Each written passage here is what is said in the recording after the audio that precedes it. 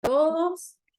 Le agradecemos otra vez más, otro nuevo encuentro del Instituto de Derecho Procesal Penal. Esta vez nos convoca un tema propuesto por la doctora Estrella Moreno sobre el paradigma de la salud mental en el proceso penal.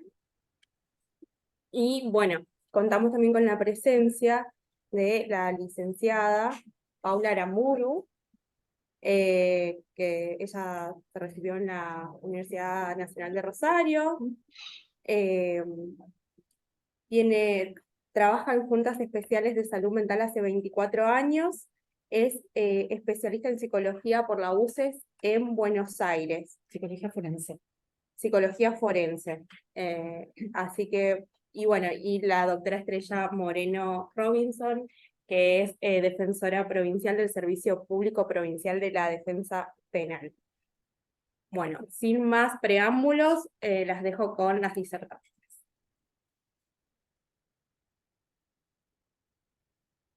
¿Empiezo? No sé cómo ustedes hayan acordado. Yo, a ver, en este ámbito de que hay muchísimas personas súper especializadas en la materia, bueno, y del otro lado nos están acompañando compañeros nuestros de la defensa, y no pude ver quiénes más están. Gonzalo Pérez Urrecho. Qué lindo. Bueno, un saludo a todos. Van a venir los magistrados. Bueno, un saludo a todos, un gusto de estar con ustedes. Yo un poco quería hablar de un caso, porque a mí me encanta hablar a través de los casos, porque cuando hablamos del paradigma de salud mental, después vemos que en la práctica el gran desafío está cómo hacemos que se aplique. Y esta historia, que por eso quería ver quiénes más están, pero bueno, es un caso que tuvimos en Rafaela, en la ciudad de Rafaela, cuando yo era defensora regional, y lo tomamos conjuntamente con el doctor Carlos Flores, que hoy es el defensor regional, y contamos con el acompañamiento y el asesoramiento y el trabajo muy dedicado tanto de nuestro trabajador social, Walter Vichy, de nuestro psicólogo, Leandro Porporato, y de la doctora Vero Prendes, para nosotros Vero Prendes, que es una psiquiatra que nosotros podemos contratar, y ella como asesora externa contratada por nosotros participó en este caso. Ella pensaba, bueno, el marco legal, ustedes saben cuál es el marco legal que nos acompaña cuando hablamos de salud mental, la Convención sobre los Derechos de las Personas con Discapacidad, que tiene rango constitucional a partir de 2014, el protocolo facultativo de la Convención, de donde surgen recomendaciones y observaciones del Comité sobre los Derechos de las Personas con Discapacidad, los principios de la ONU, la Ley de Salud Mental, la Ley Provincial, Código Comercial, Código Penal, las leyes de procedimiento, las 100 reglas de Brasilia, para el acceso a la justicia de las personas en condiciones de vulnerabilidad, el protocolo para el acceso a la justicia de las personas con discapacidad. Así que miren si no tenemos marco convencional, legal. Hola, Dani. Y sin embargo, cuán difícil es cuando llegamos al día a día, a lo cotidiano. El caso que les voy a contar empezó en febrero de 2022. Voy a utilizar una letra para referirme a nuestro defendido. Voy a utilizar la letra E. Voy a decir que él pertenecía o era residente en una localidad del centro norte de la provincia, para no dar más datos, por respeto a él. Y empezó con una detención por un delito de índole sexual. Y lo que busqué, lo primero, porque lo recordaba, pero lo quise leer, el formulario de atención el primer día que lo fuimos a visitar. Miren lo que salió de ese formulario. Que tenía discapacidad, que tenía un certificado, que tenía una familiar, pero no sabía dónde, era algo así. Sabíamos en abstracto que tenía un certificado de discapacidad. Que decía que tenía 18 años, pero no había podido explicar dónde vivía, no podía responder la pregunta del domicilio. no podía decir su número de documento y no podía decir su fecha de nacimiento. ¿No? Fíjense. 3 días después se hace la audiencia de medidas cautelares, nuestro psicólogo acompaña, se presenta al examen del artículo 109 del médico forense, y el médico forense ya nos dice: se estableció que la semiología de la esfera psíquica se exteriorizaban indicadores de alteraciones morbosas de las funciones psíquicas. Sugería su evaluación por la Junta de Salud Mental.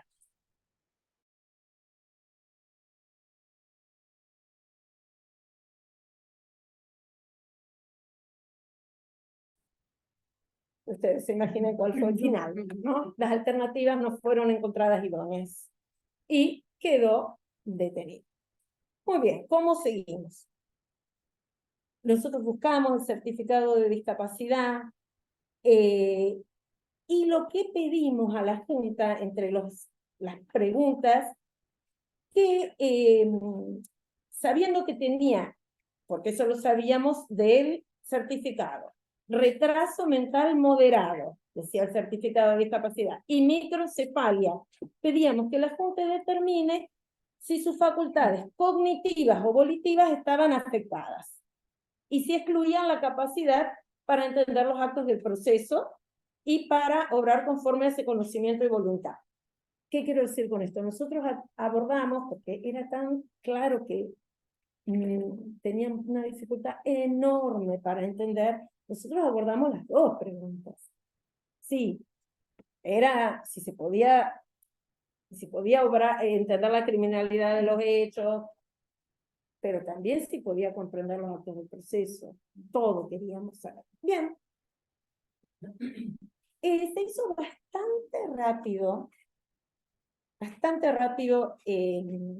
la junta. Fue una junta médica en Rosario, en el consultorio médico, 2 médicos forenses que son psiquiatras y médicos forenses, el doctor Carlos Elías y el doctor Cordero. Bueno, y ellos dijeron, yo creo que acá, como es una persona que hasta hace poco la atendimos, no quiero leer todo, voy a dar algunas partes, me parece por un respeto, aunque no está publicado. Que tuvieron que trasladarse con el computador. Esa creo que la hicieron por Zoom, ¿eh? Esa me parece que la hicieron por Zoom, 2022. Vos sabés que no estoy segura. Y acá no, bueno, tendría que verlo. Creo que fue por Zoom, creo. Pero de todas maneras dijeron, dice, él padece un retraso mental moderado, implica una insuficiencia de sus facultades mentales que le impide comprender la criminalidad de sus actos y dirigir sus acciones. Indica que debe ser internado en servicio de psiquiatría hasta tanto se comience un tratamiento especializado tendiente a reducir sus conductas de riesgo.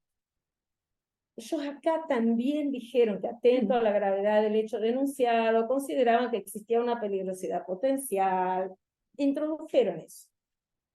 Claro, pero nosotros ya teníamos en nuestra oficina y en la que era mi regional, decidido y habíamos obtenido jurisprudencia favorable que cuando una persona no entiende la criminalidad de sus actos, no puede obrar sus actos, no puede obrar conforme a ese entendimiento y no entiende, pedimos el sobreseimiento y no pedimos medidas de seguridad, sino que pedimos que esa persona pase a la justicia civil y logre una respuesta de los dispositivos de salud mental. En varios casos lo habíamos obtenido, bueno, en este caso ya hasta teníamos nuestro modelito, con el modelo pedimos el sobreseimiento.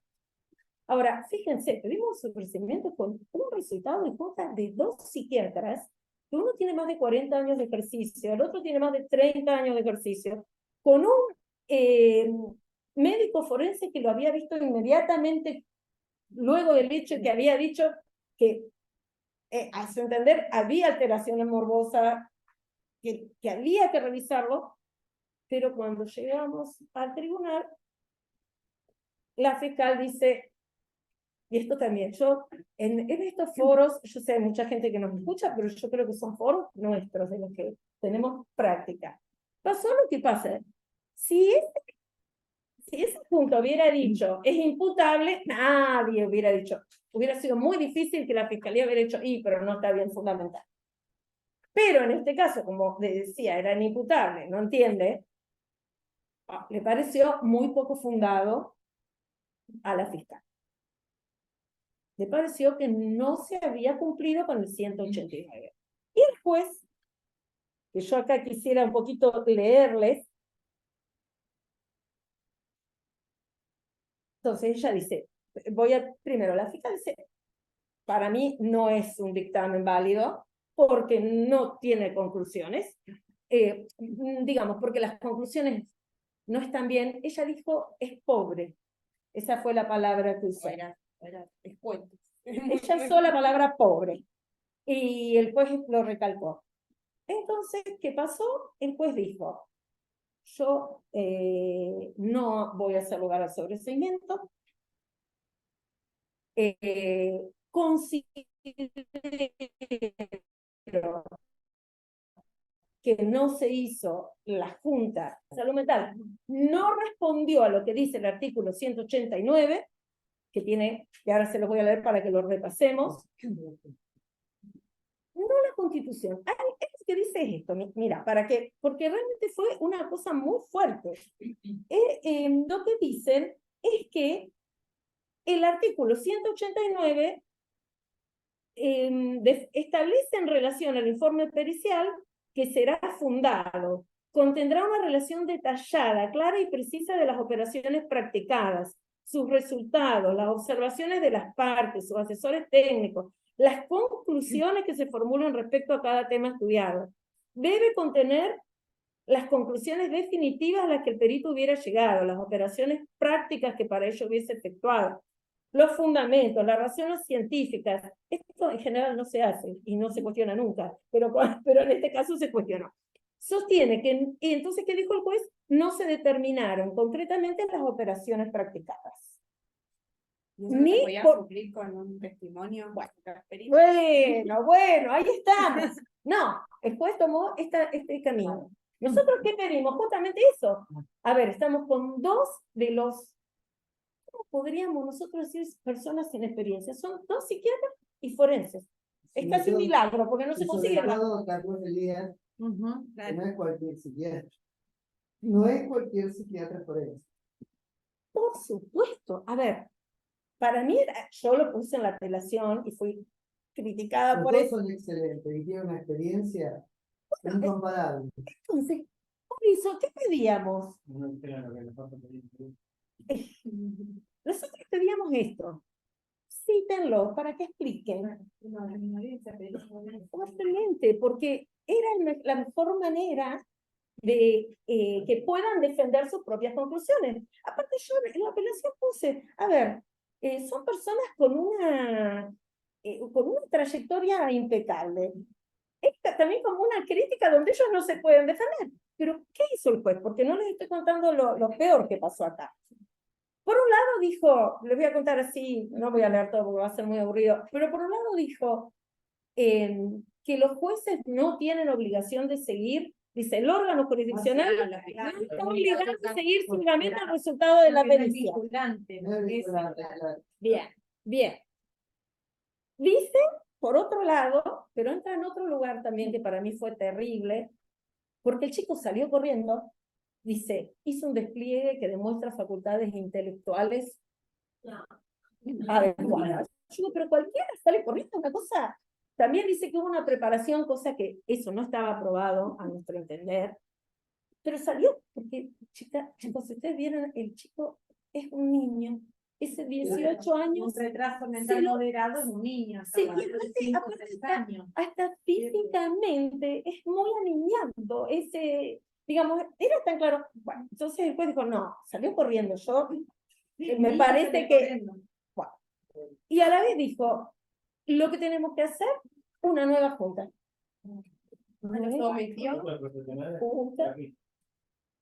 ¿Qué es nueva junta? Nueva junta era mandarlo a otra. yo lo interpreté así, lo interpretamos así, entonces nosotros interpusimos una apelación muy fuerte, en la cual primero dijimos, en el nuevo sistema los jueces no suplen a las partes. La Fiscalía no pidió una nueva junta, la Fiscalía pidió que se amplíe. Segundo, dijimos, ¿qué pasa con el principio de oralidad, de inmediatez, con todos los principios que rigen el sistema acusatorio? Cítenlos. Yo le puse, miren cómo le puse, reconocidos médicos forenses. Porque yo realmente después le puse así, porque tanto, es darle, yo esto lo escribí y puse, es darle a recalcar que se trata de profesionales que realizan una tarea oficial y no partida, cuya especialidad es la salud mental, y recibieron una ácida crítica sin tener ningún derecho u oportunidad razonable para defender su labor científica ante tal descalificación. Porque realmente lo vi como una descalificación. Yo pensé, y ellos ni se enteran. Bueno, entonces, ya les digo, nosotros utilizamos, primero que el juez no puede hacer algo que las partes no pidan. Segundo, ¿para qué tenemos un sistema donde la reina del sistema es la audiencia? Si tenemos dos especialistas de tal calibre y no pueden explicar verbalmente lo que dicen. Aparte, con un diagnóstico de retraso mental moderado, ya ni siquiera, prácticamente no necesita una junta. Claro. Ellos más o menos después lo explicaron así. Bueno, por suerte, la alzada no fue bien. No fue bien. A ver, relativo, pero para mí estuvo correcto, porque lo que dijo el juez de alzada, primero, como yo había escrito eso de que era una crítica ácida a los forenses, dijo, no es una crítica ácida hacia ellos, es hacia el hecho de que no está debidamente fundamentado. Y entonces, el juez de segunda instancia hace todo un relato y dice, es palmaria la ausencia de mención de las operaciones que se llevaron a cabo para arribar a tal conclusión. Entonces, dice, tampoco se dijo si hubo alguna observación por parte del delegado técnico. Entonces, buscó una solución salomónica y dijo que se amplíe el informe y que den un informe de acuerdo a lo preceptado 189, detallando todo lo que se hizo, cómo arriban a las conclusiones, y entiende que nueva junta médica es la misma junta, pero con un dictamen más amplio. Bueno, mientras tanto, nosotros quedamos contentos, porque para mí lo importante era, esos profesionales no tienen, digamos, no tienen discusión, solo hay que escucharlos. Este es un cuadro, como viste recién, sí, un retraso mental moderado, ya de por sí está hecho el diagnóstico de la posibilidad que tiene de comprensión y de dirigir los actos. Ahora, yo me jubilé como médico forense en el 2020 y a partir del principio del 2021, fin del 2020, comencé a trabajar como perito de paro. Y siempre he tenido la visión de el escritorio del forense para adentro. Claro, es complementario. Décadas de haber participado en las juntas médicas forenses con el doctor Elías, con el doctor Correa últimamente, antes, años con la doctora Rodríguez. Y realmente es complementario, porque el tema de las juntas, he tenido la oportunidad de estar en la Junta de Salud Mental, por casos míos, con un enriquecimiento enorme, porque el hecho de la evaluación del psiquiatra forense muchas veces aparece como puntual, como escueta, como poco muy técnica, y Carlos Elías tiene una capacidad de síntesis, pero la entrevista, como es muy descontracturada, muy por la galería, impresiona como que es poco técnica y sin embargo tiene una profundidad. Totalmente, eso cuando lo pudo explicar era muy profundo. Claro.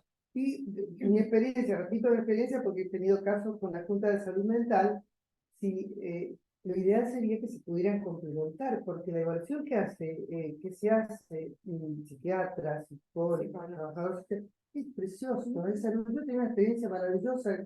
Bueno, Paula, que está presente, es un lujo. realmente, y que deja íntimamente satisfecho el resultado del estudio. Yo una cosa que estaba pensando, vos decís que esto se hace tan bien que vos sabés que cuando hay una conclusión es correcta, porque Sin se duda. trabajó Sin muy duda. profundamente. Ellos tienen un enfoque eminentemente clínico, es un cuadro Es interdisciplinario, exacto, y el esa es una diferencia. meramente pericial. Bueno, Se pero tiene que acá, determinarlo. pero acá, Alicia, es muy importante lo que decís. Lo que dejaba más tranquilo al tribunal que fueran Claro.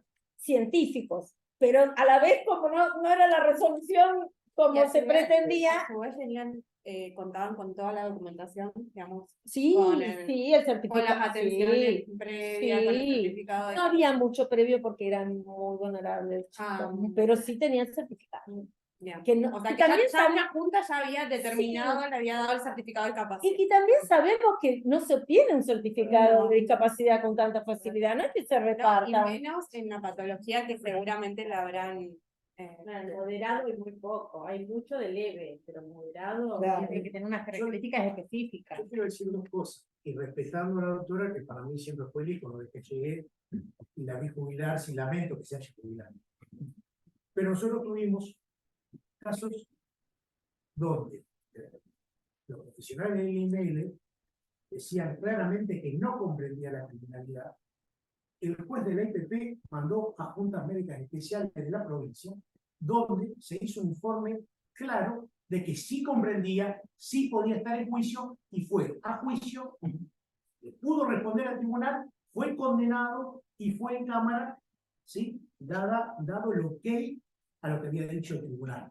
Es decir, yo no discuto la capacidad del doctor Eguía, en absoluto, pero digo que hay informes a veces que no permiten esto. Y todo lo contrario a lo que acaban de decir, con un retraso madurativo moderado, tuve un informe del doctor Elías, del doctor Cordero, que me dice que está en condiciones de comprender, fue a juicio y lo condenó. Es decir, Sí, tengo es que, No hay dos es que hay que casos, ver no los casos. No, hay dos casos. Lo que pasa es que acá les digo, acá creo que nosotros nos hicimos carne de esto porque era tan era un niñito. Yo no me voy a olvidar que le preguntaron el DNI y él dijo, oh no, como diciendo, le preguntaban una cosa dificilísima, o sea, no, era muy fuerte. Y aparte que tenía una vulnerabilidad también desde lo social, económico. Le hacen preguntas como, ¿sabe manejar dinero? ¿Si sabe tomar el colectivo? Y cuando ya viste, no. Y, No sabe la fecha de nacimiento, que creo ¿cuándo es que tu cumpleaños? Pero respondiendo un poco a tu comentario, un diagnóstico de por sí no hace a la responsabilidad penal o a la no responsabilidad penal. Eso hay que evaluarlo en el caso por caso. Yo hoy les traje un caso precisamente respecto de una persona que fue acusada en 2 oportunidades de 2 hechos diferentes. En la primera situación fue imputado, perdón, fue declarado inimputable. Y en la segunda situación fue declarado imputable. Y estamos hablando de la misma persona. Sí, sí. Bueno, esto para mí es interesantísimo porque precisamente hace, ¿no? a esta cuestión precisamente que plantea el artículo 34, inciso 1, respecto de que la imputabilidad hay que evaluarla con relación al momento del hecho que se le imputa al sujeto. No es con relación a lo que el sujeto es, ¿no? Entonces, bueno, esto es para debatirlo y bueno, y hay que debatirlo, ¿no? Al momento del hecho. Exactamente, y si comprende o no comprende, y si estaba en condiciones de dirigir sus acciones o no lo estaba. Así que bueno. Pero en este caso, por ejemplo, los doctores entendieron que es una persona que no, que es irreversible su situación, su condición, que solo puede empeorar con el tiempo, pero puede equilibrarse con un sostén, con sistema, los sistemas de apoyo, eso es lo que ellos dijeron. Nosotros tuvimos un caso, otro caso que fue muy tremendo, donde ahí sí había un tema de que la persona imputada, la primera vez, el primer hecho que cometió fue declarado imputable, el segundo inimputable, y lamentablemente entre esas idas y vueltas cometió hechos estando preso, dañando a otros porque nunca debería haber estado ahí. Nosotros siempre luchamos, claro, no debería haber estado preso, tenía que estar en otro, sí en este caso iba a internación, pero no preso. Pero bueno, y era tan claro que estaba muy mal. Era un chico que había empezado su carrera delictiva tirando una piedra a la fiscalía. Que tenía todas las cámaras, todo. Él empezó así. Era... Bueno, pero ese es otro caso, no lo elegí para hoy. Bueno, tardó como un año, mientras tanto, como vos decís, cautelado. Nosotros teníamos el equipo que lo iban a ver. Chicos totalmente vulnerables, entonces no teníamos ninguna alternativa para ofrecer. Sí, tratábamos de contenerlo. Iba el psicólogo, iba Leandro, iba Walter, de vez en cuando iba el defensor. Tratamos de no dejarlo solo, pero bueno, cautelado. Hasta que, porque esas cosas que se demora casi un año, vuelven a ser una junta de salud mental. Dice lo mismo, pero esta vez dice, ya no lo ven peligroso, evidentemente, según después nos explicó el doctor Elías, se ve que inmediatamente después del hecho revestía una peligrosidad que con el tiempo ellos no veían indicios de peligrosidad. Bueno, llega el informe, no era mucho más largo, era bastante escueto, no era mucho más largo, entonces recibimos, fíjense, la notificación de fiscalía, perdón, la notificación del tribunal que nos informaba el informe de junta más la ampliación que pedía el fiscal. Empezábamos todo de nuevo. El fiscal hacía las mismas preguntas que habían hecho antes. Entonces, revocatoria, porque realmente no se nos había corrido traslado de nada, y ya empezábamos todo de nuevo. El plazo razonable para claro, persona con salud mental. Claro, claro. Siempre olvidando que era una persona con padecimiento mental.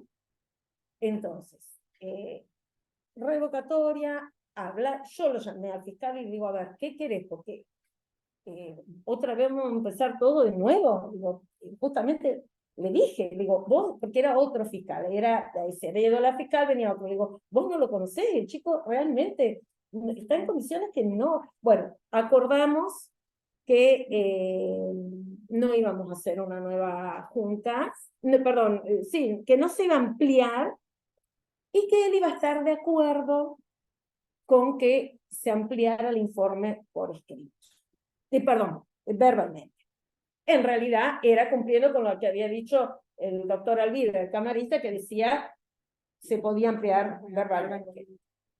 Bueno, mientras tanto les quiero decir que todo el tiempo habíamos trabajado, sobre todo el equipo interdisciplinario, en buscar alguna propuesta del dispositivo de salud mental para que pudiera, por más que nosotros creíamos que no podía aplicarse una medida de seguridad, pero sí que pudiera tener una respuesta fuera de la cárcel, fuera de la calle. Una alternativa.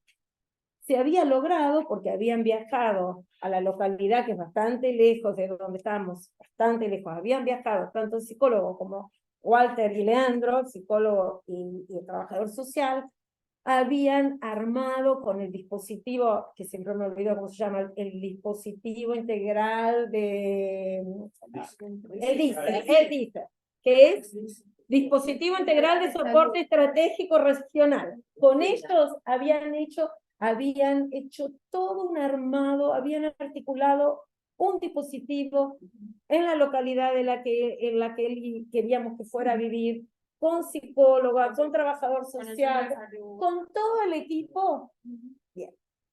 Llegamos a la audiencia, fue una audiencia muy linda, muy interesante, a mí me gustó mucho escucharlos, a los doctores Elías y y Cordero, lo hicimos por Zoom. Yo tengo hasta anotado todo lo que ellos iban diciendo, porque realmente yo, qué importante que es la escucha, qué importante que es poder escuchar, porque ellos explicaron, que a mí eso me llegó mucho, y lo dijo también el juez, como que su entrevista, su examen no era con test, era sin test, porque era un examen clínico psiquiátrico. Él dijo, no le quedan dudas de la patología, por eso no pidieron otros exámenes. O que venga presencial. Claro, bueno, a ver, porque está en otro lado que él dice que él ya fue personalmente en esta sí, seguro, porque dice que ya lo vio, cómo llegó, cómo se sentó, cómo eso.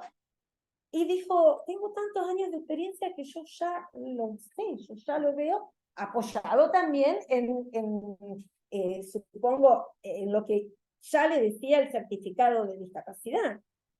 Pero lo explicaron muy bien. Entonces, pedimos el sobreseimiento. Artículo 306. Y pedimos que, dado que carecía de capacidad procesal, primero, ustedes seguramente, no sé, si me han escuchado alguna otra vez, mi posición es que las medidas de seguridad, por más que la Corte haya dicho que son constitucionales, hay que leerlas siempre a la luz de lo que dice la Ley de Salud Mental y las convenciones, que tienen que ser última ratio. Nosotros acá considerábamos que cualquier medida de seguridad que se le aplicara a este muchacho a este chico, era en contra de lo que dice la Convención de las Personas con Discapacidad, porque era aplicarle una medida por su discapacidad. Y eso está expresamente prohibido. Bueno, y a la vez teníamos, por más que no era nuestra obligación armar una posibilidad de salida, nosotros desde la defensa, que tenemos obligación de orientarnos prioritariamente hacia los vulnerables, lo tomamos como una cuestión de prioridad 1, porque solo estábamos nosotros. La complejidad que tiene formar un dispositivo de... Si no lo hacíamos, nosotros iba a ser muy, muy difícil.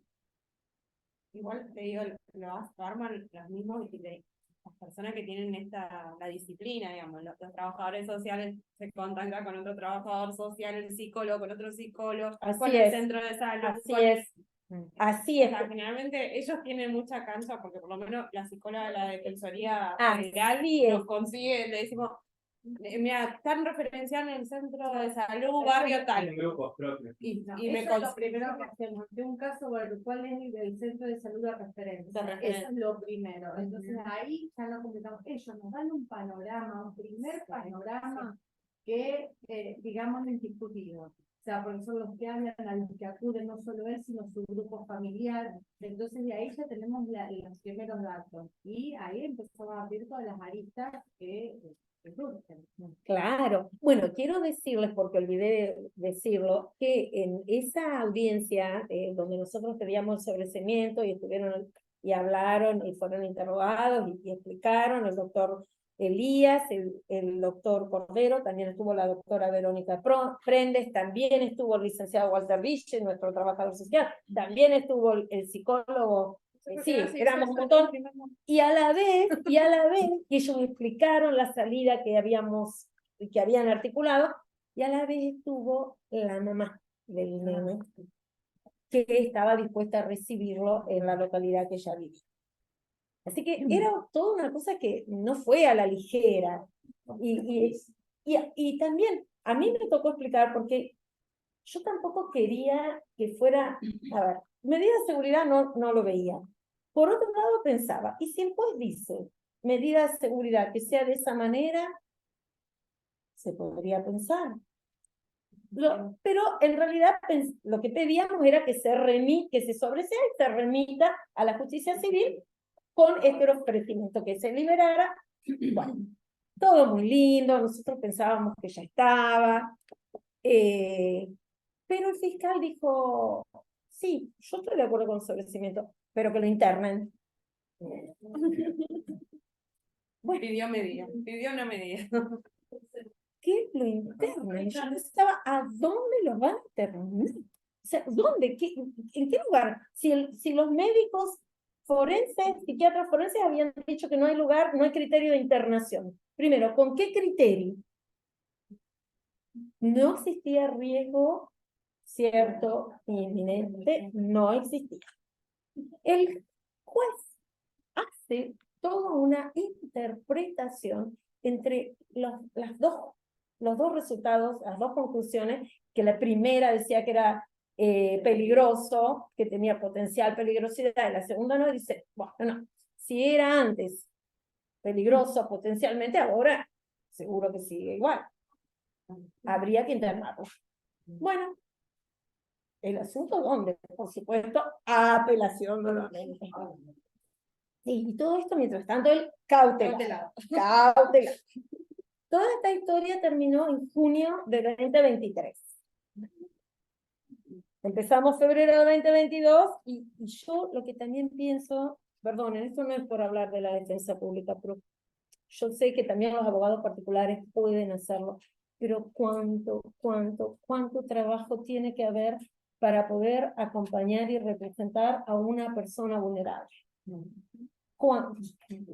Y no hay que bajar los brazos. Digamos, yo trabajaba, Carlos y yo trabajábamos como, yo en esta oficina y Carlos enfrente. Me abría la puerta, llegó la resolución, no, ahora, y todo era así, era una cosa, claro, lo habíamos tomado, porque nos llegaban cosas así, se le notifica una ampliación de los puntos de pericia y se hará nueva pericia. Otra vez, una historia, y lo que les conté de la última vez, o sea, iba a dar lugar a otro año, y nadie lo había mirado. Entonces, era todo estar muy atento, porque evidentemente la voluntad era no liberarlo o que se internara, digamos, porque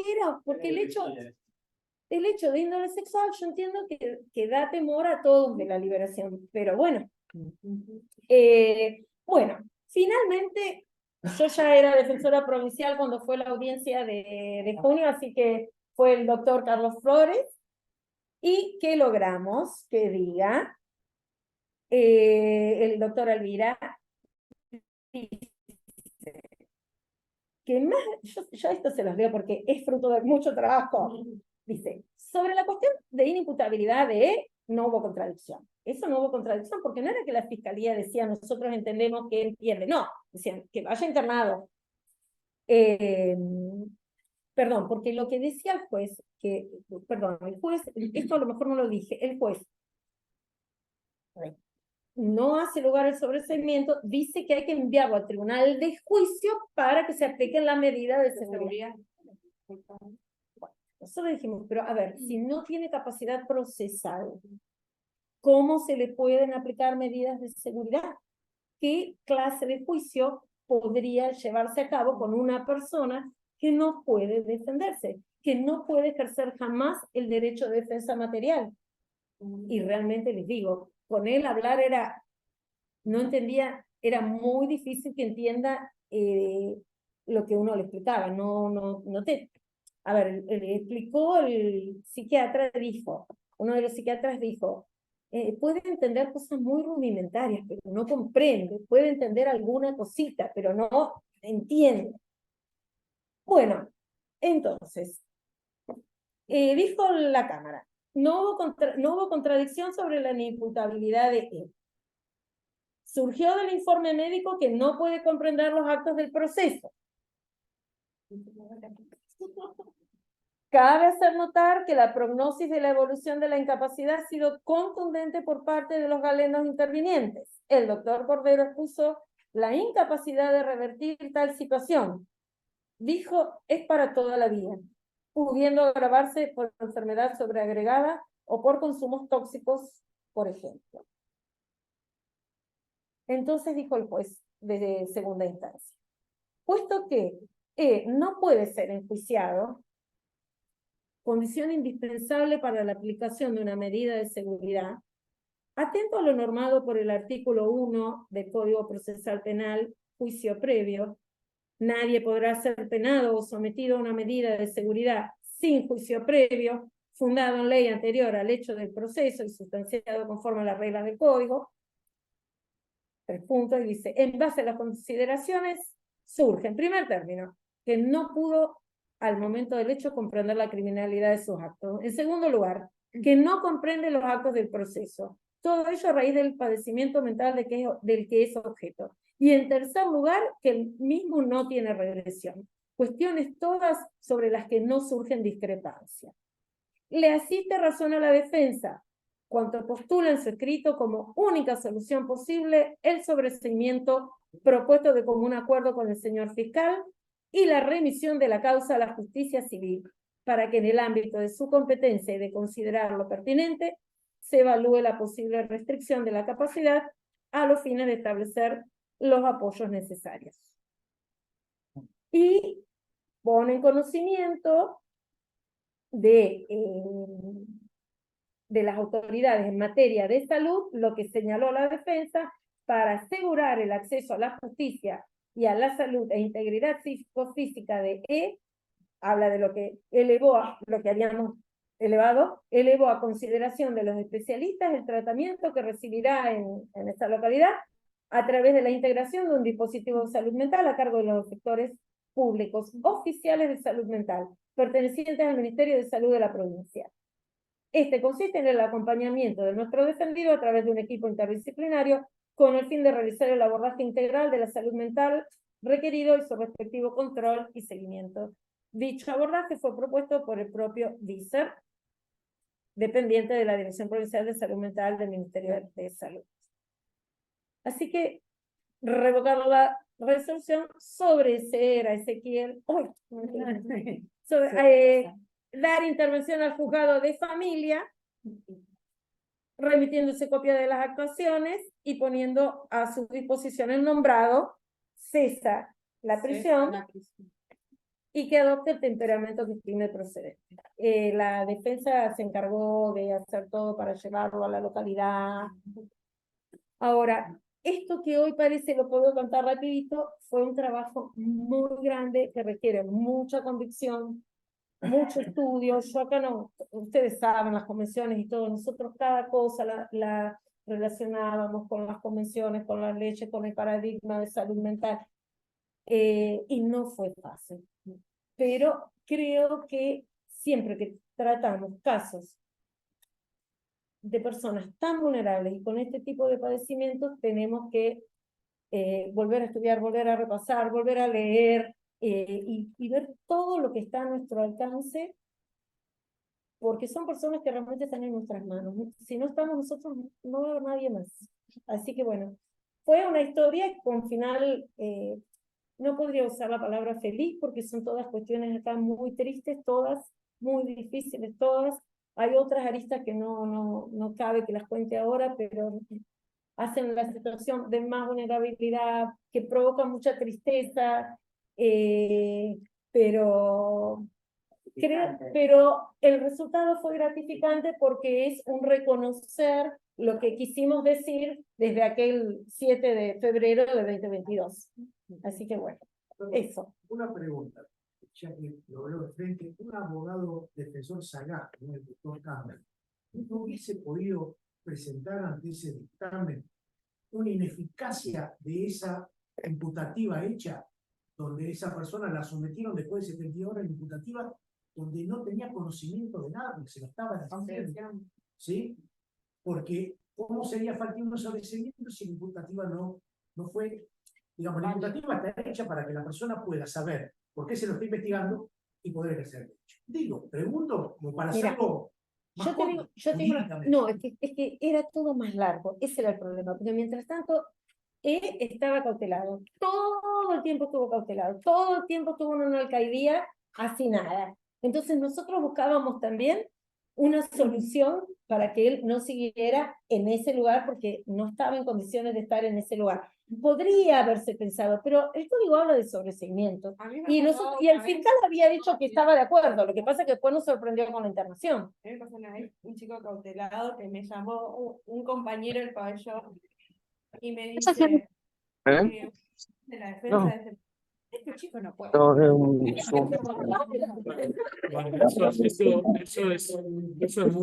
muy común. Eso es muy común.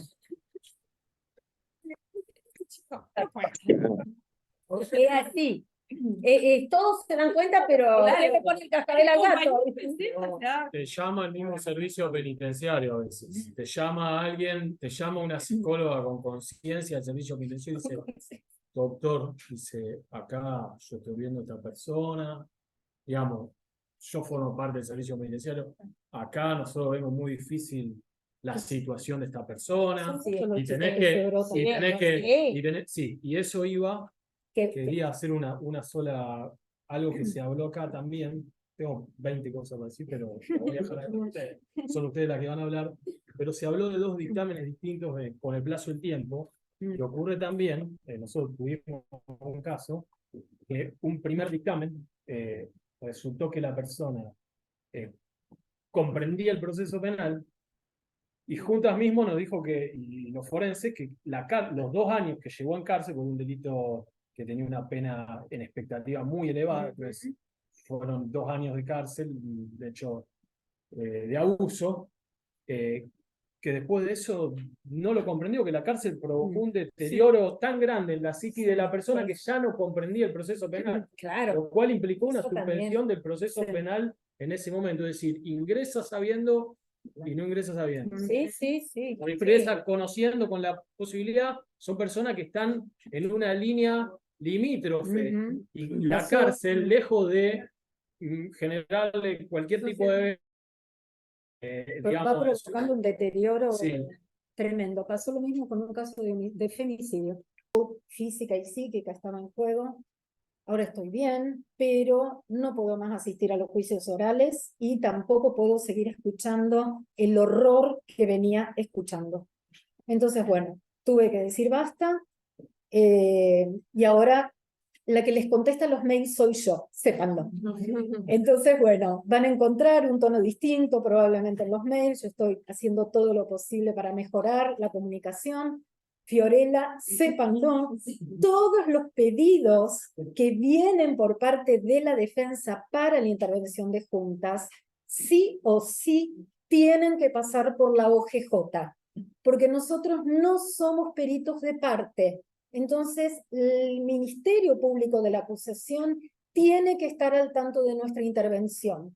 Nosotros no podemos quedar involucrados en ningún tipo de causa sin que el MPA esté al tanto de nuestra intervención. Entonces, desde ya, para ahorrar pasos, antes de pedir nuestra intervención, ya le dan con copia a la OGJ y al Ministerio Público de la Acusación, y agilizamos y nos mandan el legajo completo, los puntos sobre los que tenemos que intervenir y toda la información que tengan sobre los antecedentes en salud mental, ¿sí?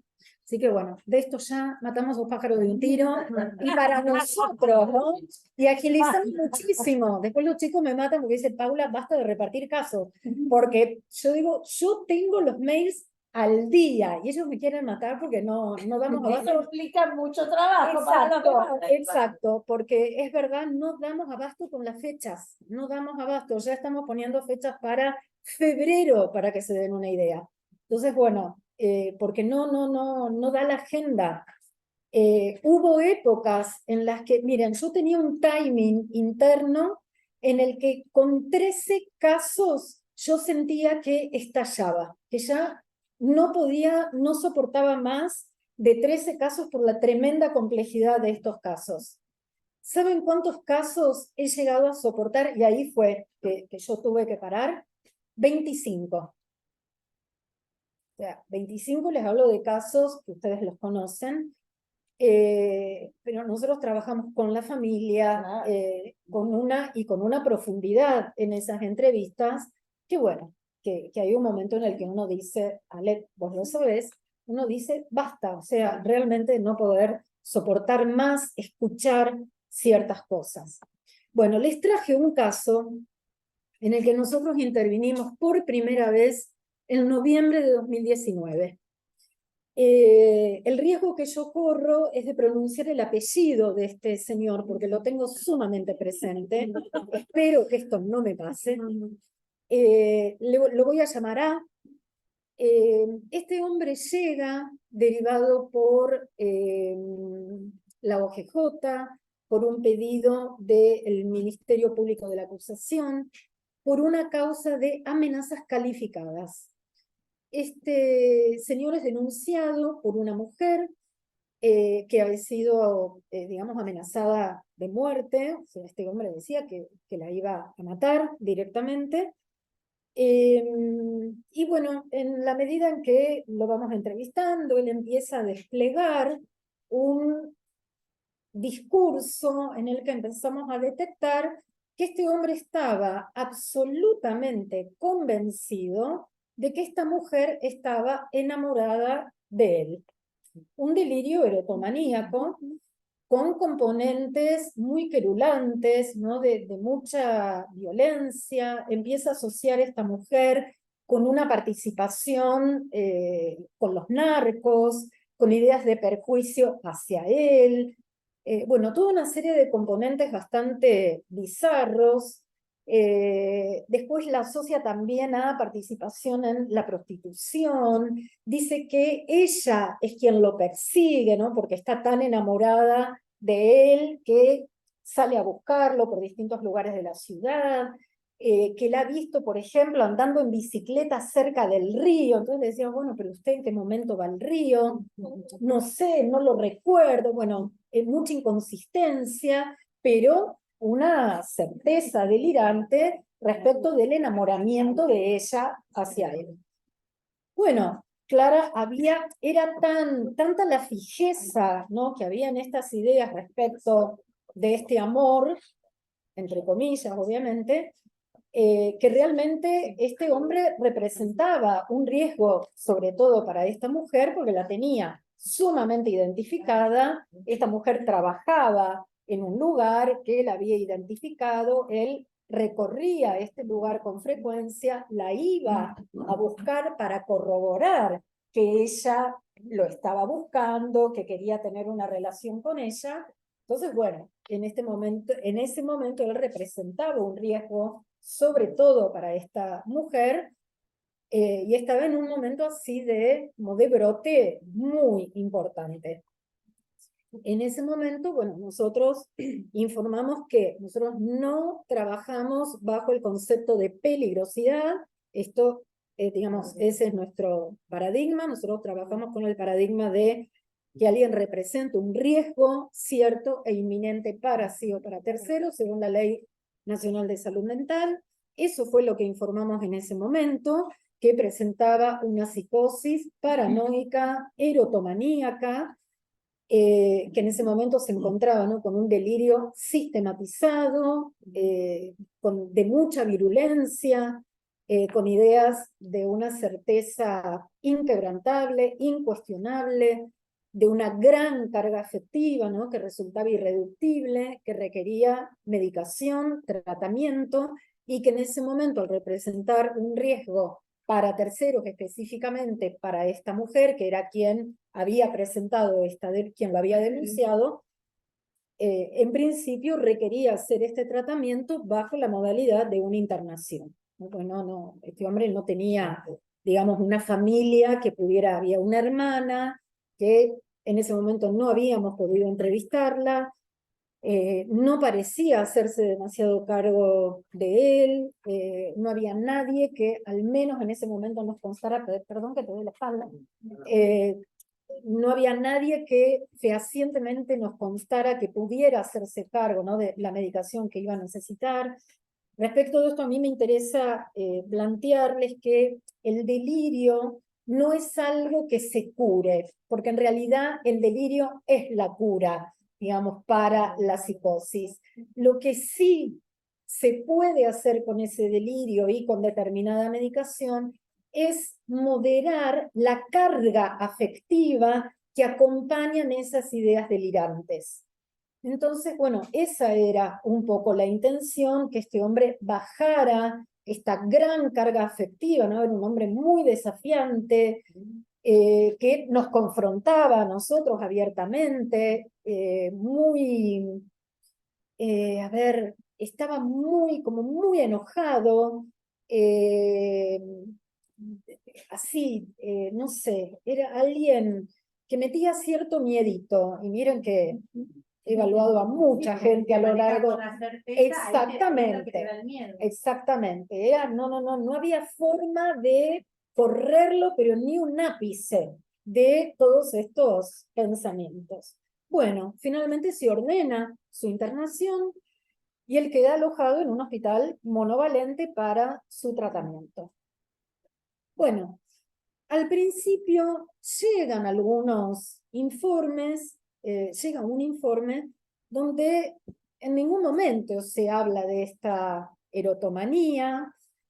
Un hombre se resistió todo el tiempo a tomar medicación y lo que empieza a hacer es a molestar, ¿no? Con mucha determinación a los pacientes que estaban a su alrededor. Primero, a los varones en quienes él detectaba determinada inclinación sexual, entonces iba siempre ahí, ¿no? A provocarlos, hacer comentarios sumamente ofensivos, hirientes, humillantes.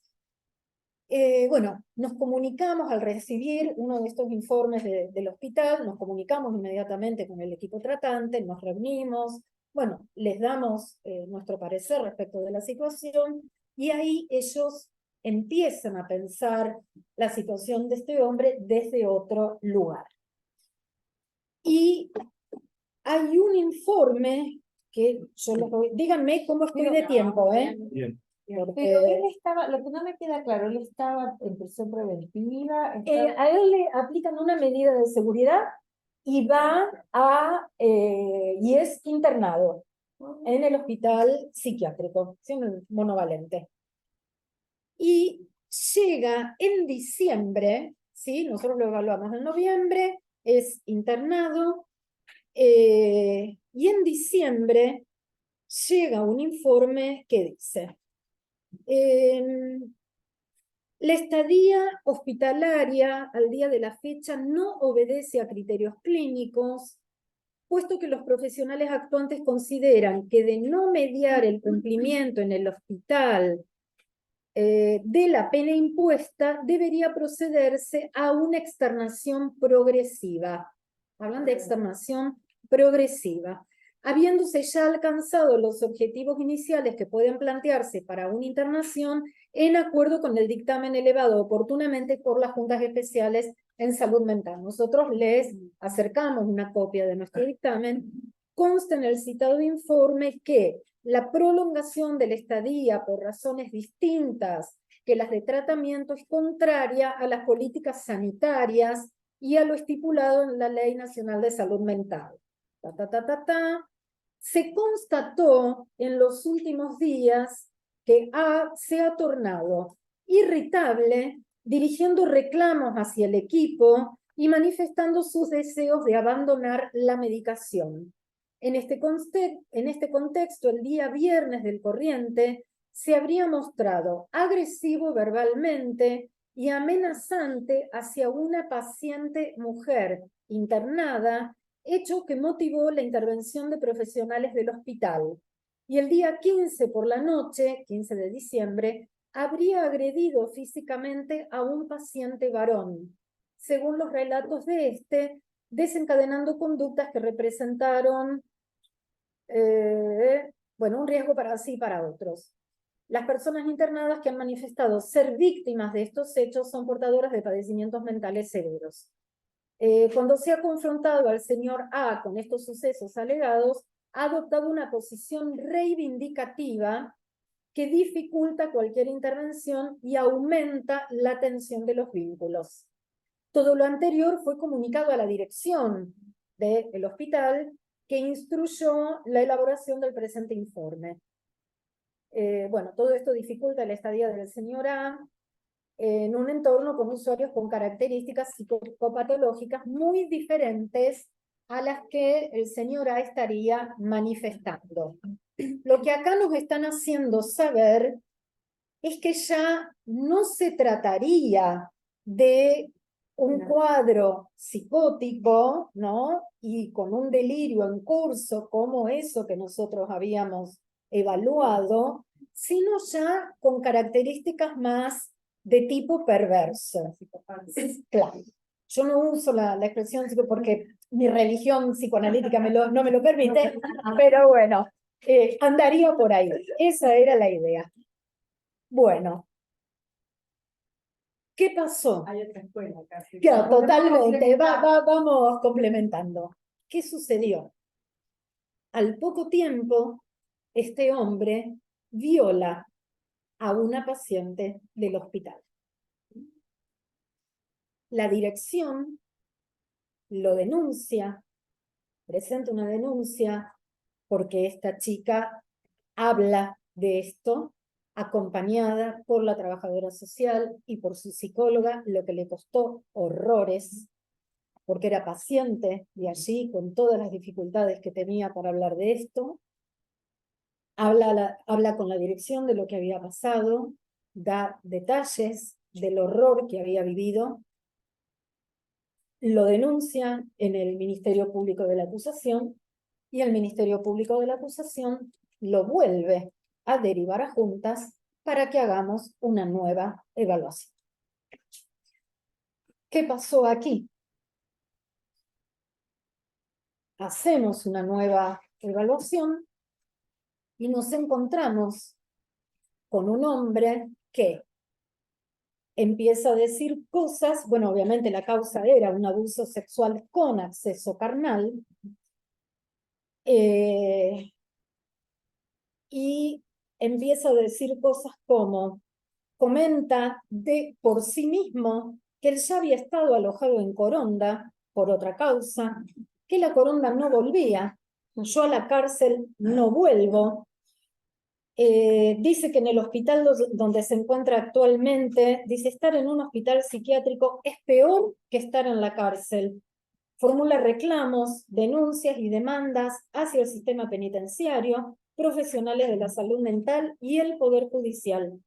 Tiene una posición victimizante. Él es la víctima a quien están perjudicando. Soy un muerto en vida, y el tono en que lo decía, no me lo olvido en mi vida. Soy un muerto en vida, me están torturando, vivo un infierno, no tengo colchón, porque a él después de este hecho lo llevan a la cárcel, lo detienen y lo llevan a la cárcel. Vivo un infierno, no tengo colchón, hace 45 días que tengo la misma ropa. Está esclarecido del hecho que se le imputa. Diferencia perfectamente entre golpear y violar. Sabe cuáles son las consecuencias legales de una violación, así como las consecuencias que esto tiene para la víctima. Describe, cuando yo le pregunto, bueno, ¿pero qué es una violación para usted? Un hecho aberrante.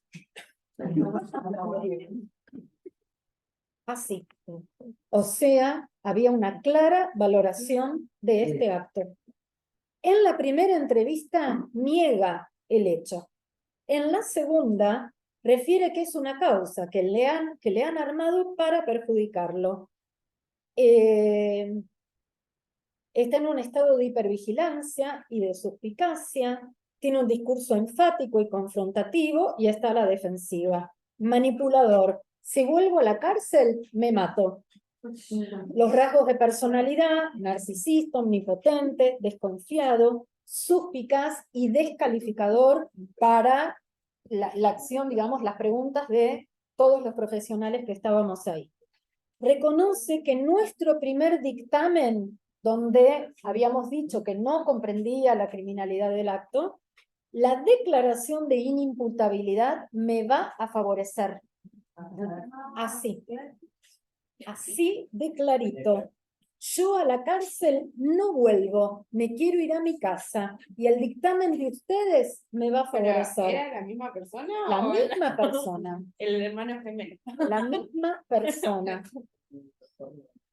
Bueno, el diagnóstico era una psicosis paranoica querellante caracterizada por una psicorrigidez, desconfianza, agresividad y una desviación del juicio crítico. Este tipo de psicosis afecta algunos aspectos de la realidad, mientras que otros se encuentran preservados por fuera de la lógica delirante. respecto del hecho imputado, conoce, distingue y puede hacer una valoración crítica respecto de golpear y violar, por ejemplo. Conoce las consecuencias legales y el sufrimiento que esta acción genera en las víctimas. No aporta ninguna explicación delirante respecto de este hecho, cuando sí aportaba una explicación delirante respecto de el enamoramiento, ¿no?, de esta mujer y la amenaza. No basta un diagnóstico de psicosis para decir que un sujeto no está en condiciones psíquicas de comprender la criminalidad de sus actos y o dirigir sus acciones. Esto se evalúa en cada caso singular y con relación a cada hecho imputado. Conclusiones. La psicóloga que padece. Amo los lapsus. La psicosis que padece A no afecta su capacidad de comprensión ni de dirección de sus actos respecto del hecho que se le imputa en esta causa, así como tampoco su capacidad para afrontar un proceso penal. Al momento de nuestra evaluación, ahora después les cuento la trastienda que pasó juntas, al momento de nuestra evaluación no representaba un riesgo para sí, aunque sí podía representar un riesgo para terceros, sobre todo mujeres o personas en estado de extrema vulnerabilidad, de no mediar un tratamiento acorde a su cuadro. ¿Qué pasó con este planteo en juntas, en el equipo de juntas? Esta es la posición que tuvimos la trabajadora social, la abogada y quien les habla. No así los psiquiatras, porque los psiquiatras trabajan con el paradigma en el que el diagnóstico iguala o equipara la inimputabilidad. Psicosis igual inimputabilidad, porque la psicosis, según el artículo, ellos trabajan se rigen por aquello que dice el artículo 34, inciso 1, donde la alteración morbosa de las facultades, donde se incluye a la psicosis, es sinónimo de inimputabilidad. No así el paradigma, bueno, por el cual nos regimos nosotros, y sobre todo desde el psicoanálisis, donde un diagnóstico no define la imputabilidad o inimputabilidad de un sujeto. Y esto hay que evaluarlo en el caso por caso, porque la psicosis no abarca la vida de un sujeto, mucho menos en el caso de la paranoia, ¿no? Si hablamos de una esquizofrenia grave, ahí estamos en otro terreno. Ahí les doy la derecha, pero no en el caso de una paranoia. Entonces, bueno. Claro, porque es justamente eso, Paula, cuando hay un objeto, como en este caso, digamos, la psicopatía, exacto, digamos, entonces se enfocan ahí. Así y es, ahí hay un al núcleo, delirio, hay un así núcleo es. que en todo lo demás, en todas las áreas de la vida puede Eso está preservado, totalmente. No No toques ese núcleo, la persona es totalmente funcional, puede trabajar, se maneja perfectamente, tiene una valoración crítica, ¿no? Digamos, y puede definir que alguien diga, una violación es un hecho aberrante, marche preso. Bueno, y esto yo me fui con el juicio oral con toda esta explicación. Y marchó preso.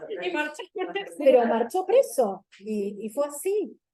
A mí me preocupa, te quiero hacer una pregunta, esa parte que si él, porque era peligroso en el momento que estaba delirante, para sí, para terceros. Era para terceros, no para él. No, pero en aquel... Era para ella, para terceros, no para sí. Bueno, pero en ese momento no se le pudo dar tratamiento, digamos. Sí, ese fue el momento en el que iba internado. Claro, pero lo querían externar siendo todavía riesgoso. Pero estaba en un proceso, hablan todo el tiempo de una internación progresiva. De externación, pero Me parece que era, no sé, pero ya uno se queda pensando que digo, pero bueno, en un ámbito que puedo hablar, parece que un poquito se lo querían sacar de encima Sí. porque están diciendo es violento, un Sí. montón de cosas, y decían, pero lo externamos. Sí. Y él estaba Pasó para... algo de eso, sé que el caso pasó Sí, algo, no, no, no lo por voy a favor, hablar. que lo diga. Sí, sí, Creo que la internación fue Fue tuyo. por una, no, No. no, fue por una suspensión no exactamente, de Andrea, pero del Código Penal. de Andrea, pero yo fui. recordame que De es... Andrea, pero yo fui a la audiencia. Y lo internaron como revocándole la libertad condicional Ajá. y después dispuso la internación. Ah, Y para completizar más, yo o sea, que hablo con autoridad, el Ministerio Público de la Acusación, en otra causa paralela o anterior, pedía medidas de seguridad. sí. O sea Sí. que ya venía. Venía... Tenía una, Fue un caso complejísimo. no, por eso le hice la seña. ¿Sabe lo que pasa? Que sabe seña, Sí. está en la corte. ¿Está en la Me corte? parece que está arriba en la corte. Sí, yo participé. Interesante. Sí, fue un caso, yo lo conocí a la persona, lo pude ver, entrevistar. Tiene algunas características de personalidad bastante fuertes y efectivamente él de alguna cosa está convencidísimo. No creo que mienta, digamos, no creo que no simula. esto no pasa por Para una darle mentira. un ejemplo, una de las cosas que son clásicas que me hizo a mí es se bajaba el barbijo en esa época.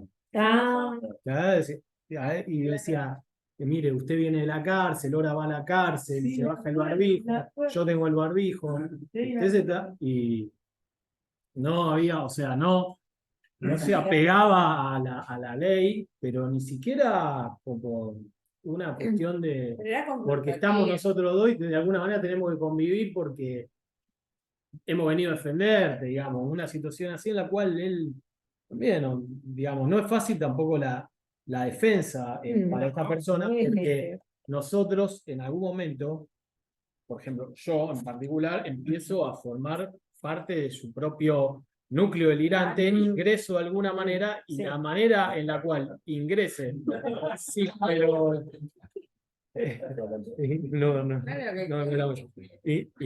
La manera en la cual uno ingresa y uno tiene, a pesar de que es un riesgo primero y después también uno trata, a mí me lo dijo un psicólogo, trata de no incrementar el núcleo del delirio, digamos, uno trata de no decirle, sí, la mafia está ahí, yo vengo, por eso bueno, por eso, pero entonces cuando uno el tip te dice algo, si lo contradecís, también estás en una línea en la cual la defensa dice, así sea que él venga y su versión sea que lo raptaron los marcianos y lo que iban a hacer eso, si él lo dice, yo la tengo que seguir. Si me dice a mí, me estaban apretando 50 más, uno puede escucharlo, mirar, ver, investigar y después ya uno sobre ese punto no vuelve a hablar. Y la persona cuando tiene, porque no todos tienen, de hecho, los casos de personas con retraso leve son no tantos, este no es un caso de retraso para nada, entonces se da cuenta que uno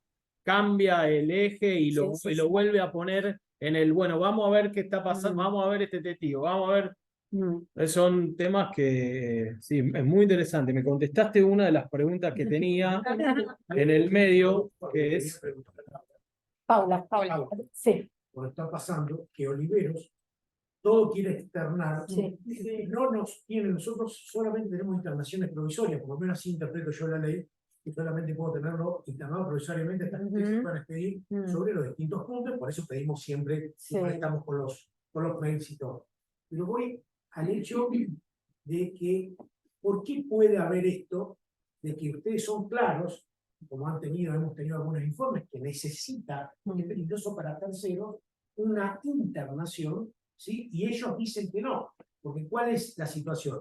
Obviamente, nosotros en la República de San Lorenzo no dejamos imputar. No dejamos imputar a una persona que me dice que tiene un problema de esta naturaleza hasta que Junta no me diga, o el doctor Elías, como tenemos ahora, tengo una audiencia el lunes donde me dice, señor, no comprendió nunca la criminalidad y no tiene ni idea de lo que es un proceso penal. Yo no puedo aceptar ninguna imputación.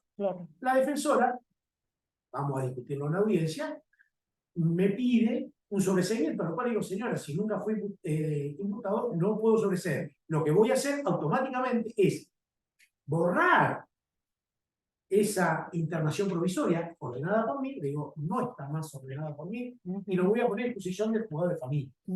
Claro, totalmente. Claro, eso está bien. Claro. Decía, en relación a que hay algo que los fiscales no tienen automatizado y creo que tiene que ver entre la cúpula, una charla a conciencia de decir, señores fiscales, si esto es médico, que los jueces y los fiscales no tienen nada que hacer en esto, Tal cual. y son tan contundentes los informes, dejemos en la justicia civil y trabajemos el sobreseimiento y dejemos de estar pidiendo estas medidas que el propio código, porque yo estaba escuchando hoy, el propio código es el que lleva a confusión. No Sí, puede haber sí.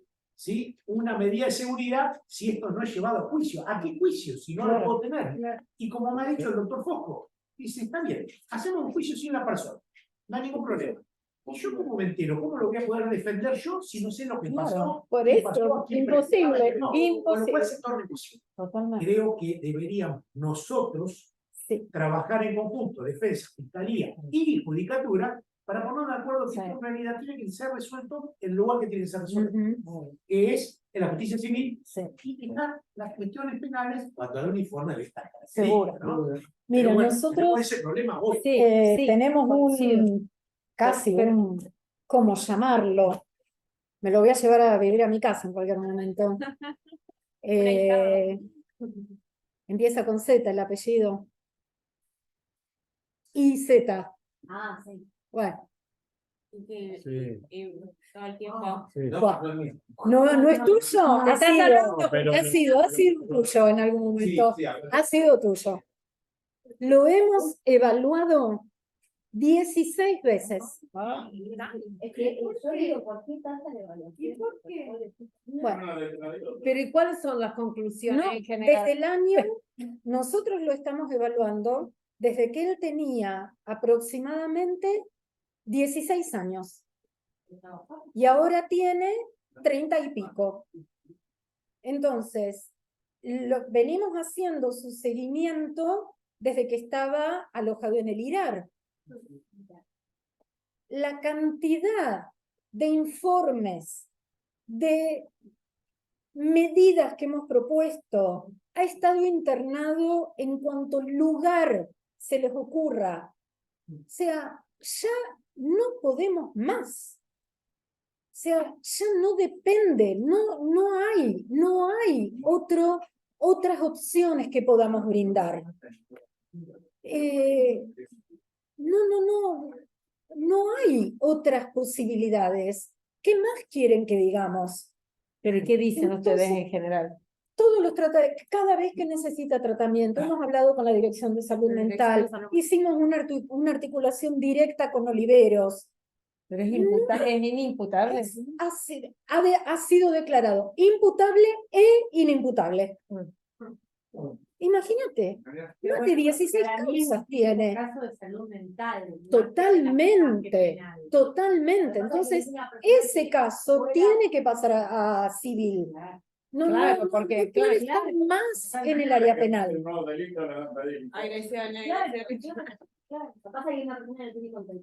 Obviamente, chicos, nosotros estábamos en juntas, terminamos de entrevistar a la mamá y a la hermana, la mamá se levanta y nos dice, disculpen, ¿podemos rezar una oración? Y terminamos todos parados, todos de la mano, siendo evangelizados. Les juro, o sea, tengo miles de anécdotas de estas para comentarles, pero un delirio. Paula, No, sí, nos vamos a ocupar, porque él es la luz de mis ojos. Bueno, está enceguecida. Pero claro, no ve nada, no puede ver, y no se le puede pedir a una mamá que no ve porque no puede. Entonces, de ahí no hay nada que esperar, nada. Pero bueno, eso lo Y- tendrán y que eso- resolver las noticias también. Obviamente. La familia, ¿quién pone de curador de tu Pero de- claro, de- pero de- no de- puede de- ser el sistema penal. No puede seguir cayendo en el sistema penal, no puede. Estos son casos de salud mental. Totalmente. Lo que pasa es Y ahí tendría que intervenir, no sé, desarrollo social, justicia civil, hay que ir por otro lado. Problema con la institucionalidad en el Sí. sentido de que no alcanza, muchas veces no alcanzan los recursos para responder, termina trabajando mal desde Sí. el lugar. Sí, sí, Pero sí. todo termina, digamos, o sea, ver qué pasó, lo que nosotros vemos, qué pasó con ese sujeto hasta que llega a lo penal, Sí. qué pasó con lo escolar, qué pasó con lo sanitario, qué Ya pasó falló todo cuando pasó eso- absolutamente todo, o no están, o no están. No, no, Una no. escuela Exacto. alternativa. Ale, ya tiene más de 30 años. Claro. Ya está. O sea, vayamos por otro lado, porque él no puede con él mismo. Exactamente, totalmente. Ya, Pero, ya- y ahí yo creo que lo que pasa es que llega a lo penal porque la policía está 24 horas. Entonces, pero el que da sabés cómo lo tienen. la que Mueve un dedo y atrás está la policía. Exactamente, ya está identificado. Pero claro, La única es que así. está identificado. Y lo que, respecto a lo que decía el doctor, que me quedé con ese, bueno, Olivero, que él nombró Olivero, que siempre está con el criterio de la internación. No solamente Olivero, o sea, yo lo veo tanto en Olivero como en Abuelo Ávila. Que no te sigue. Exactamente. Entonces, Criterio de externarlo. con funcionarios sentados, imputados por incumplimiento de legislación. Y yo creo que tengo que ser fácil. Esta discusión la estamos viendo nosotros y jurídicamente no dijimos nada. Esta es una discusión para dar entre el Ministerio de Salud y el Así Poder es. Ejecutivo. Así Señores, es. estamos dando vueltas siempre sobre lo mismo. Sí. Un poquito más. Bueno, Pero quiero hablar tanto, está Sí. pidiendo. Sí. No, te preguntaba si, Esta pista. no, te preguntaba si cerraba. Sí. Me parece que hay todavía, son 9:15, hemos durado más con las preguntas. ¿Quieren, alguien más quiere hacer alguna pregunta? Ay, perdón. Sí, bueno, A mí me parece iba- importante hacer una. Si lo haces vos, sí, dale. voy a hacer un cierre. Dale. Sí, sí. Bueno, el tema que había elegido el instituto. Primero, disculpas por la llegada más tarde, estuve en el Consejo Deliberante. Antes había avisado que tenía una entrega de premios de una profesora mía de matemática. Me había comprometido a ir, así que bueno. El tema que el Instituto de Derecho Procesal Penal eligió para hoy era paradigma de salud mental en el proceso penal. La pregunta por el paradigma, sin la S, nos lleva a reflexionar sobre algún modelo, o mejor dicho, algún sistema general de pensamiento tendiente a dar una explicación racional a un fenómeno, a tratar de explicar cómo y por qué algo funciona o se hace de la manera en la que se hace o se realiza, que es lo que estuvimos viendo en el proceso penal y también adentro de juntas. ¿Por qué un determinado resultado de un dictamen o de una resolución judicial es tal y no es tal otra? ¿Y cuáles son las consecuencias de una determinada acción? Ya sea de un sujeto o incluso de la propia defensa o de la interdisciplinariedad o de los psiquiatras cuando están y basan sus informes dentro del núcleo de los psiquiatras solo sin dar lugar a otro, que puede ser mejor o peor, digamos. Son siempre modelos, son siempre teorías, son teorías varias que todavía no están del todo, a mi criterio, consolidadas en muchos aspectos, y el núcleo central, en nuestro caso, a diferencia de lo que se suele llamar paradigma en algún diccionario, no se acepta sin cuestionarlo. Suministran una cierta base, son varios, a mi criterio, para resolver estos problemas que tiene el proceso penal. Una lectura como la que surge de las preguntas que vimos acá nos indica que en ese ámbito de la salud mental en intersección con el proceso penal, el paradigma o los paradigmas están conformados por distintas piezas de encaje. Por ejemplo, piezas viejas de encaje del 34 inciso primero del Código Penal, con piezas nuevas que dicen en el Código Procesal Penal de Santa Fe, apenas empieza, se requiere un debido proceso para despachar una medida de seguridad. Y estos encajes se nutren a la vez de otro modelo de paradigma que vienen de más atrás, son más de base del derecho penal y entiendo también de la psicología. Nosotros, hablo por mí, obviamente no involucro acá a la defensoría, como lo tendría que haber dicho al principio, pero en el roce con la realidad, en el roce diario y siempre dentro del campo de las ciencias sociales, nos encontramos que a veces o muchas veces, y los jueces también, distan lo que es la práctica forense usual de el modelo preciso. A veces se seccionan diversos criterios, sobre todo en las resoluciones, y algunos otros se soslayan a efecto de dictar alguna resolución. O sea, hay un fraccionamiento dentro de lo que son los modelos puros que uno ve. Me refiero a modelos en los cuales prevalece la idea de libertad durante el proceso penal, que acá también se ve afectada, porque sí, coincido, digamos, y la medida de seguridad es una pena. Sí, tiene carácter positivo 100%. La interdisciplinariedad forma parte de modelos o no, pero es un modelo actualmente en la ley de salud mental, desmanicomialización, juicio previo, mínima injerencia del Estado en la vida privada de las personas, respeto por el paciente y la responsabilidad vista como una pena dentro de lo que es la estricta medida de capacidad de culpa, de la capacidad de comprender el inicio penal. Bueno, lo que es otro modelo que salió acá en la discusión es el de riesgo cierto o inminente contra la peligrosidad que puede llevar a un forense. Bueno, esas son cuestiones que llaman a nuevas preguntas. Anoté algunas para ir cerrando, voy a algunas. Tuvieron respuesta, me alegro, me da mucha alegría porque no las fui tachando, pero al principio de la charla de la defensora provincial, encuentro que se habla de, uno empieza a encontrar el tema de qué hacen algunos jueces, por ejemplo, que me parece una actitud loable. Yo tengo acá los casos en donde esto ocurrió, la jueza era Verón, la fiscal O'Connell, el caso es ese punto, llamó a los peritos a una audiencia, llamó a juntas, creo que vos estuviste en esa audiencia, llamó a los psiquiatras porque se dan también las diferencias entre los dictámenes, cómo se ponen de acuerdo dos entidades distintas. El tema del apartamiento del juez de uno de los dictámenes, y sí, acá o hay juntas después de juntas, que eso también ocurrió en Cámara, ahora vamos a contar brevemente cuál es la junta después de junta, está por afuera de la ley, o sea, seguimos buscando a alguien más que nos diga si alguien más, entonces vamos a, no sé, a la Asociación Psicoanalítica a ver qué opina del dictamen de junta y del antes.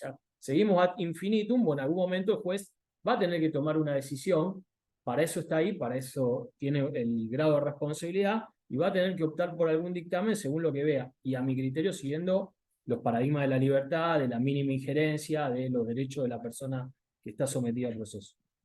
Uno de los puntos que no se habló y me parece importante destacar es cuando, pero algo se dijo también, perdón, se pasa a justicia civil, lo dijo Estrella también, hizo una mención, se pasa a justicia civil pero sigue internado, digamos. ¿Cómo? Si archivo la causa, ya está, se terminó la medida de prisión preventiva. Lo paso a justicia civil. Pero no sigue internado. Y En el caso que yo planteé, lo liberaron. Bueno, acá lo pasan a justicia civil y después cuando queda internado, y cuando el juez civil toma conocimiento, lo van a encontrar, cuando toma específicamente conocimiento, juzgado civil, entonces uno se queda, y tomaron conocimiento, ¿qué significa la toma de conocimiento? Son Bueno, por eso hay que actuar para ver qué pasa en el caso. Pero, de nuevo, no hay una unicidad de criterios acá, por eso le agregué la S yo a los paradigmas y hablé de los fraccionamientos. Cada uno tiene, digamos, su propia comprensión de lo que es la salud mental de la persona, y viene con un código viejo, nuevo, más actualizado, o con distintos bagajes. Y uno, ahí entra la experticia del defensor de saber qué botón tocar en cada juzgado, digamos. Digamos, cuál es me refiero a lo que se llama la chinche, que al juez le gustaba, al profesor le gustaba que uno dijera tal cosa. Bueno, a mí le gusta que uno le diga, entonces uno iba y le repetía el concepto. Bueno, junta en algunos casos, incluso nos ha pasado en Cámara que se ha peticionado que la cátedra de psiquiatría de la UNR nos informe acerca de la posibilidad de buscar un nucleamiento entre qué es lo que dijo Junta y qué es lo que dijeron los forenses. Después eso se dejó por inmediato imperio contrario, pero la resolución estuvo. Otros temas que me parecen importantes que de alguna manera visualizaron preguntas que se hicieron son lo del valor del dictamen en la admisión a una internación. No es un dictamen de juntas, no es un dictamen de psiquiatra, es simplemente la actualización. Y acá el doctor fue muy claro en relación a los rechazos o lo que dice Oliver o Salud Mental. Pareció muy importante dentro de la charla el tema del retraso leve o moderado y me parece digno de comentar eso porque la persona y juntas a veces nos dice algo como que la persona con un retraso leve comprende y uno se desespera como abogado y dice, pero ¿qué comprende? Si estoy yendo a la velocidad de la luz, el otro está preguntando y ¿qué entendiste? Y entonces cuando uno le va y le habla al abogado de juntas, porque de alguna manera, por suerte, juntas que hace un trabajo magnífico, hace dictámenes muy buenos, fundados. Puedo coincidir o no, pero sí los he visto trabajar, he ido ahí, me consta la situación en donde están. Digamos, esos temas me parece que tienen que ver con la interdisciplinariedad, porque el abogado o los abogados, las abogadas de junta alguna vez nos dicen, bueno, pero acá hay trabajadores sociales, hay psicólogos, y desde la perspectiva de ellos no es la perspectiva penal, no requiere saber con precisión qué es, cuándo termina el IPP y cuándo empieza la preliminar. Él tiene que entender que está en juicio, que hizo algo malo, y acá los forenses tienen alguna otra frase que es los psiquiatras, me refiero, cuando dicen, en relación a lo mismo, entiende de alguna forma el sentido ético de no delinquir, pero no accede en el sentido amplio del término a comprender la criminalidad del acto. De nuevo, son paradigmas y eso es lo interesante de poder traerlo acá a la mesa, me parece la posibilidad de poder evaluarlos y ver a dónde cada uno tiene su punto fuerte y su punto débil. Como todos son modelos de ciencias sociales, pero hemos visto que los modelos de ciencia dura también fallaron en su momento. De Newton a Einstein hay un cambio radical de cómo se considera el movimiento.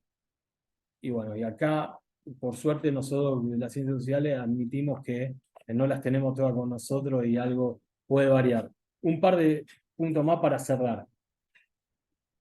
Me pareció importante uno de los comentarios que hace Estrella sobre la persona no sabe el DNI, no sabe la edad, a veces, ¿cómo se detecta? La detección es muy importante. El caso no te llega, a uno viene la persona y dice, acá te traemos una persona de salud mental. Llega un tipo que te dice, te da el fiscal, vos le decís, cada uno tiene su técnica. Acá hay algo que también se dijo, cómo la entrevista psiquiátrica puede ser estructurada, semiestructurada, libre. Cuando Elías la explica, uno se da cuenta que la entrevista es libre. Él viene al juicio y dice, y nosotros lo vemos a lo mejor con una remera de nieve y le preguntamos, ¿vos qué sos, leproso? Y después el fiscal, claro, te arruina con eso. Entonces uno trata de explicar, de llevar a eso. Pero me parece importante. Pero toda la información que Sí, no, todo lo que saca con eso. No, por eso a mayor experticia de la persona es libre. Y uno va uno como defensor, ya en algunos casos, o por el tipo de hecho, ya te das cuenta que hay algo que no está cerrando en el total del hecho, que haya tomado esa actitud, no me refiero a violencia, sino algo bizarro dentro del hecho. O en la misma charla uno dice, no le explicás, che, te acusan de... ¿Qué pasó? Claro. ¿Qué pasó? Y si el tipo te contesta como cuando ahí, vos estás en la Champions League. Bueno, bien.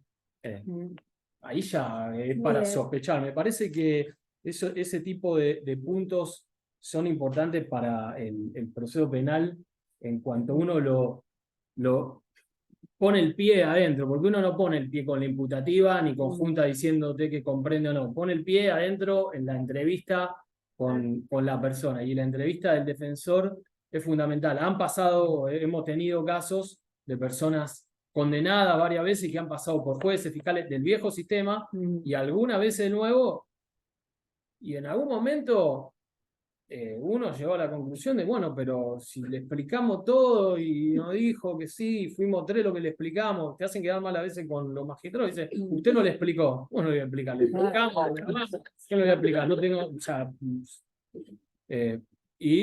resultaron a la postre, condenas a 5 años, a la postre personas que desde la adolescencia ya tenían algún problema, digamos, de padecimiento que no estaba en ese momento, no estuvo en ese momento diagnosticado, a lo mejor por la minoría de edad, etcétera. Con esto llego a los puntos finales. En algún momento va a haber que pensar la ampliación del paradigma a la justicia de menores. Esto ya hay alguna bibliografía en internet. Otro punto que también, que no ha surgido acá, pero parece de importancia, es el consumo de estupefacientes, cómo se va a considerar, y cuando entra con, cómo lidiar con otra cosa, y otros temas que sí se mencionó acá, creo que Paula en algún momento, es cuando la persona, en relación a la palabra el defendido, que tiene un problema de padecimiento mental, ¿cómo la tengo que tomar? Y esto es también para nosotros. Si me dice, yo no quiero, está bien, déjeme ahí, pero doctor, yo no quiero esta medicación, yo no quiero ser sometido a tratamiento psiquiátrico. A mí que no me lo den, mete un habeas corpus, doctor, no lo va a visitar, por favor venga a verme, por favor me orino. Eso es claro para nosotros, porque como defensor vos lo tenés que escuchar a él. Claro, uno lo escucha, pero No se puede obligar. tratamiento, no se puede obligar, no, el tratamiento, bien. El defendido no quiere medicación, listo. Y el que dice después, sin ninguna conciencia de enfermedad, yo quiero que me metan preso. No, pero usted... no, eso pasó, ¿eh? Eso tengo el caso, ¿eh? No, Tuvimos que ir, fuimos con uno de los hijos, fuimos a la cárcel a entrevistarlo, está preso. Fuimos con el... Yo me voy a hacer cargo del hecho. Y uno habla con los forenses y dice, ¿a usted le parece, doctor Elí? Dice, la prueba es que quiere ir a la cárcel. Bueno, no, sí, pero él quiere, y la situación es que la realidad es que en la cárcel nos dicen que no corre peligro. Entonces, y uno lo ve y de alguna manera dice, bueno, estará, ahí sí te doy la derecha, estará todo tan encapsulado que la cárcel entra dentro de ese núcleo en el cual puede estar. No, pero ahí tampoco yo veo el dilema, porque para mí no podés seguir, bueno, si su voluntad de estar en la cárcel, vos no lo podés acompañar en eso. Y bueno, y está bien. Y Les entonces, cuando recomiendo una película que se llama Asesinato en primer grado, con Alec Baldwin y Ben Kingsley. Véanla. Cuando no toma la medicación y quiere ir a la cárcel. Una cuestión ética fundamental. Cierro. Sí, dale por Cierro. Bien. Se nos van a ir. Esos son los paradigmas que me parece que dio lugar a esta charla y se pueden discutir.